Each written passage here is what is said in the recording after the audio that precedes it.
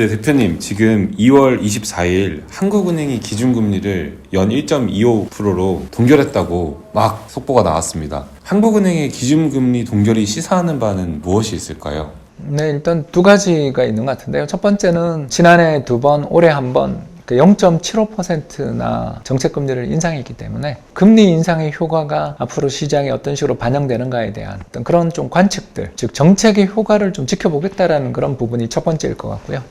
두 번째는 3월 9일 대선이 다가오고 더 나아가 최근 러시아, 우크라이나 전쟁 공포들이 높아지며 금융시장의 변동성들이 높아지고 있다는 것 또는 불확실성이 높아지고 있다는 점들도 금리 동결의 이유로 작용한 것 같습니다.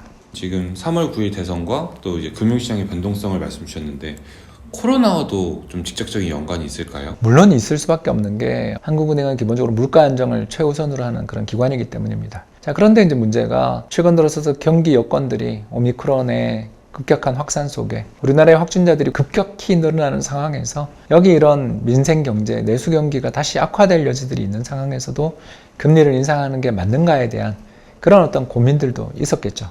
결국 그래서 지난해부터 시작해서 세 차례나 금리를 인상하면서 금리를 0.75%나 올려놓은 것이 최근에 코로나 확진자 숫자의 급격한 증가 속에서 내수 경제에 부정적 영향을 미친다는 것은 부인할 수 없는데 얼마나 큰 악영향을 미치느냐에 대한 어떤 고민, 점검도 이게 금리 동결의 이유가 되지 않았나 생각합니다. 그러면 물가 상승과 이제 금리 인상이 좀 직접적인 관계가 있다고 말씀하셨는데 그럼 물가 상승이 이어지면은 금리 인상을 멈춰야 되는 건가요? 어쩔 수 없이 힘든 고민을 해야 되는 거죠. 코로나 팬데믹이 계속 심화되는 가운데 물가도 오른다라고 하면 한국은행 입장에서는 물가냐 성장이냐 중에 양태기를 해야 되는 불편한 선택을 해야 될 수도 있고요. 그때 한국은행의 역사적인 전통들은 물가를 잡는 것이었다라고 저는 생각하고요. 그래서 물가가 더 가파르게 오르고 한다면 경기 여건들이 나쁘다 하더라도 한국은행의 추가적 금리 인상의 가능성은 여전히 높다 이렇게 보고 있습니다. 금리 인상에 대한 가능성은 충분히 열려 있다.